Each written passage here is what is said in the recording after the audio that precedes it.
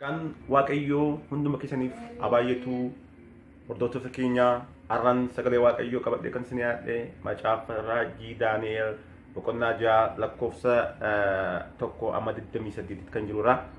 Asirratti kan inni waliin ilaallu jireenyi Daani'eliif walqixxaachuusaa yookiin milkaa'uusaa ilaalla. Wantoota jireenyi Daani'el akka walqixxaatu kan godhan yookiin akka inni milkaa'u godhan gaafsinee waliin ilaalla. An sagalee waaqayyoo qabadhe kan isin dhiyaadhe Pastor Xababuu Yoosefin jedhama. Eebbifama.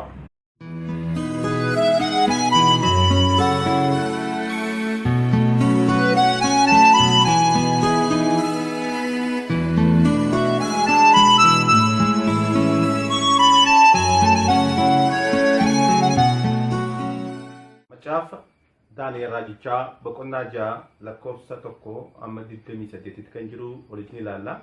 Lakkoofsa 28 irratti akkasidha.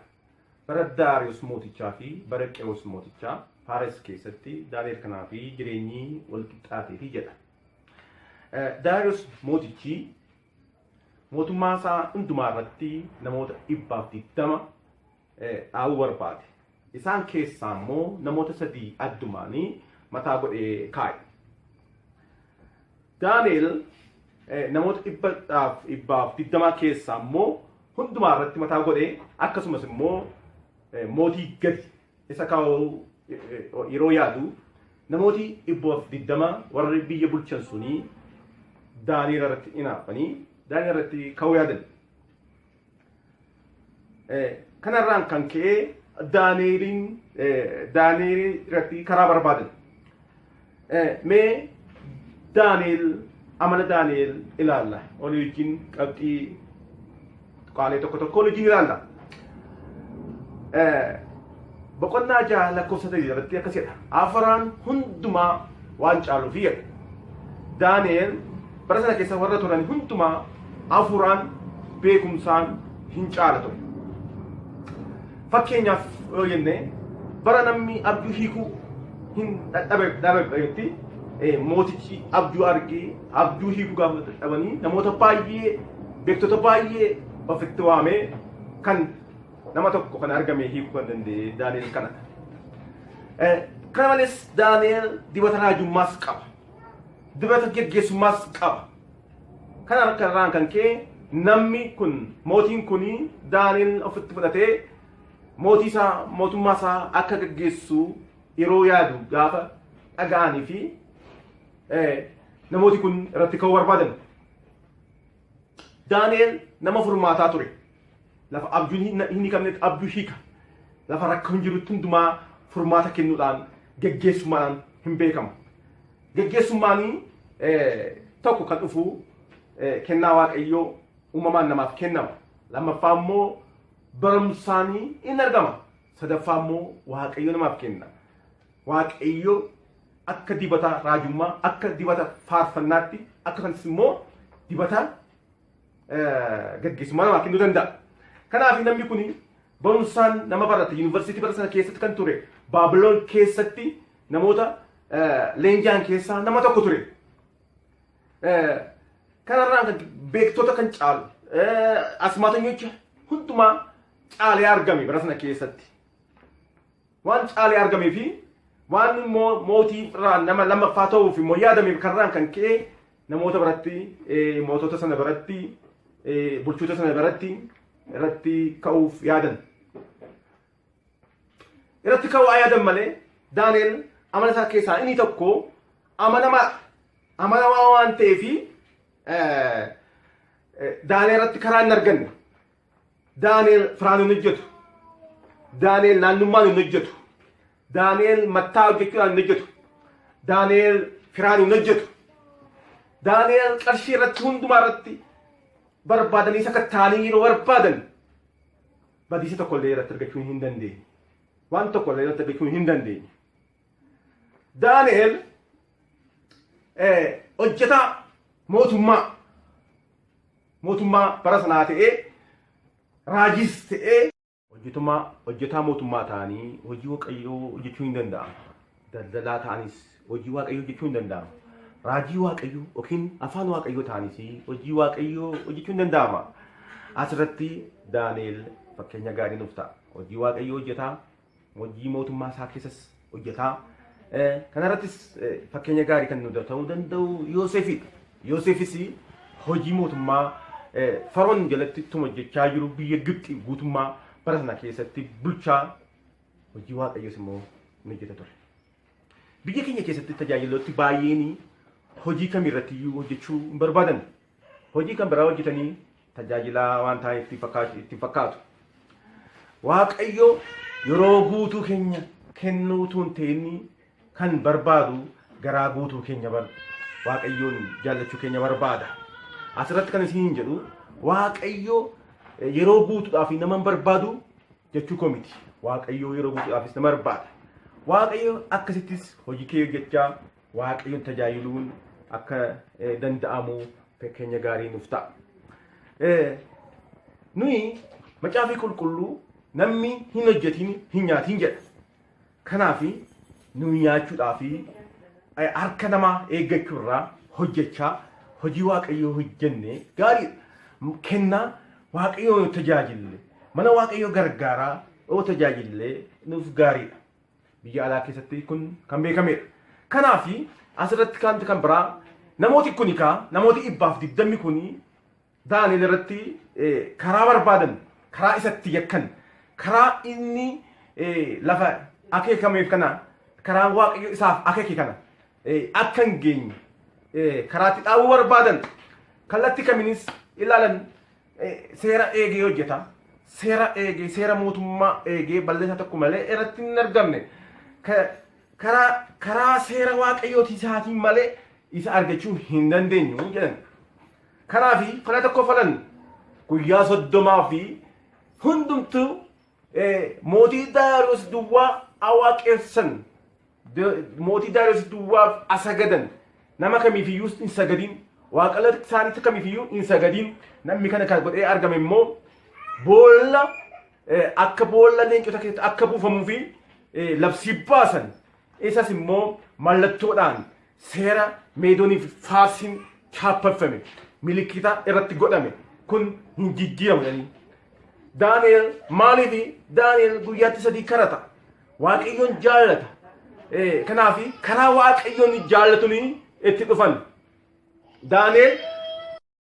Daani'el nama kadhataati. Guyyaatti 3 karata. Kadhannaa jechuun waaqayyo wajjin haasa'uu jechuudha. Daani'el guyyaatti al 3 waaqayyo wajjin haasa'a. Hojiin natti baay'ate. Har'a dadhabeera.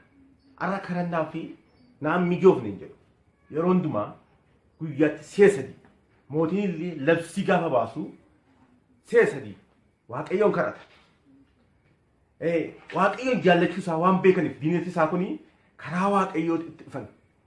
Inni Daani'el waaqayyoon kabaja. Nama caalchisee labsii mootummaa caalchisee waaqayyoon caalchisee seera waaqayyoo eega. Nuyi tokko Daani'el jireenya wal qixxaatuusaa eebbifamuusaa tokko seera waaqayyoo eeguusaati.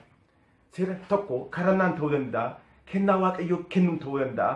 Kallattii gara garaatiin waaqayyo waan isarraa barbaadu hundumaatiin waaqayyoon hin waaqessa ture. Kanaaf yeroo inni kadhachaa jiru akkuma durgochaa turedha. Sagalee waaqayyoo balbala isaa, foddaa isaa, maskootii isaa banee gara Yerusaalemitti jilbeeffateetu kadhachaa jiru. Namooti isa yakkuuf barbaadan sun isa arganii mootiitti himan jedha sagalee waaqayyoo.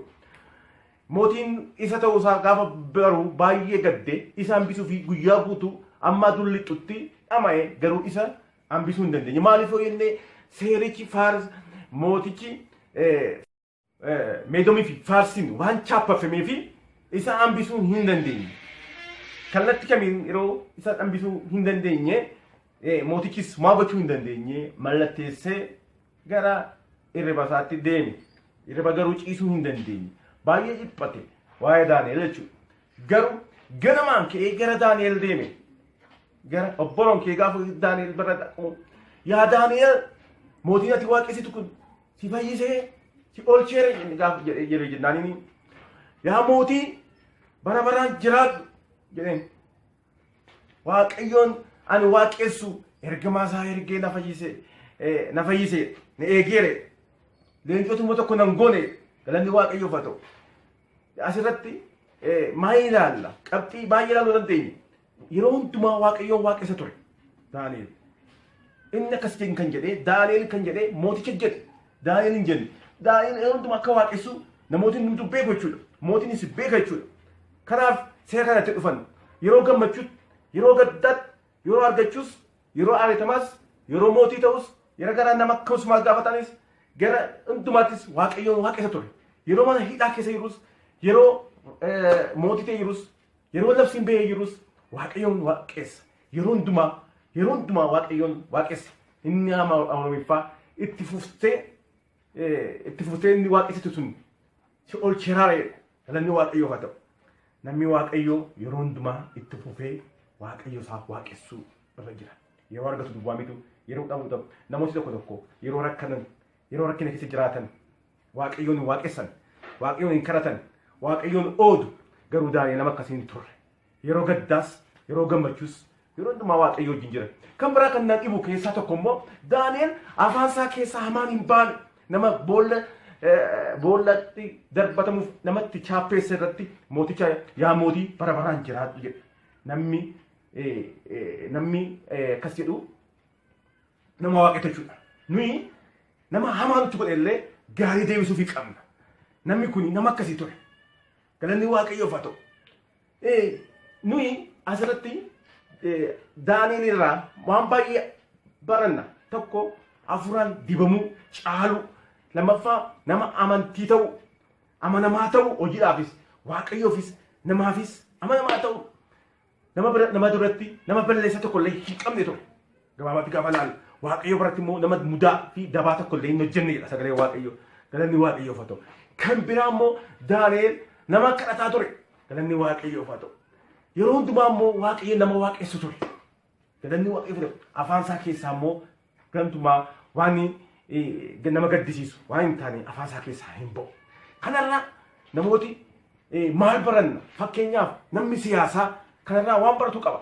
Hojii siyaasaa keessattuu jiru waaqayyoon dursee waaqayyoon kabajee waaqayyoon hojjetaa hojjechuu akka danda'amu namoota siyaasaa fi kun jireenyi Daani'el kun barumsa gaarii. Ammas namoota hojii mootummaa hojjetaniifis kunis barumsa gaarii. Hojii isaa hojjetaa hojii mootummaa hojjechuu akka danda'u milkaa'uu akka danda'u tajaajiltoota bara keenyaafis barumsa gaarii akka ta'u waan hundumaa dura garuu nuyi waaqayyoon Maatiyos 3 Maatiyos 6:30 irratti duraan dursaati mootummaa waaqayyoo barbaadaa waan kan biraa hundumaa siniif kennama kan jedhu kan agarsiisu. Asirratti Daani'el duraan dursee waaqayyoon dursisiise. Kanaaf waaqayyo immoo waan biyya lafa hundumaa Daani'eliif qabeenya ta'u aangoo ta'u hundumaatiin jireenya isaa akka boqonnaa 6 lakkoofsa 28 irratti jedhutti jireenyi bara Daariyoos mootichaa fi bara Qiroos mootichaa Faaris keessatti jireenyi Daani'el kanaaf wal qixxaateef jedha. Kanaaf hunduma keenya akka kanaatti jireenya Daani'eliif fakkaatu jiraachuu waaqayyoon waa gargaaru waaqayyo sinaa eebbisu. Barsiisa macaafa qulqulluu yeroo hundumaa kamisa chaanaalii yuutuubii waldaa amantootaa wangeelaa kanaan sabbataa irratti akkasumas peejii keenya feesbuukii irratti dabarsinaa nu hordofaa. Yaada qabdan waldaa kanaan sabbataa gmail.com jettanii nuuf barreessuu dandeessu. Eebbifamaa.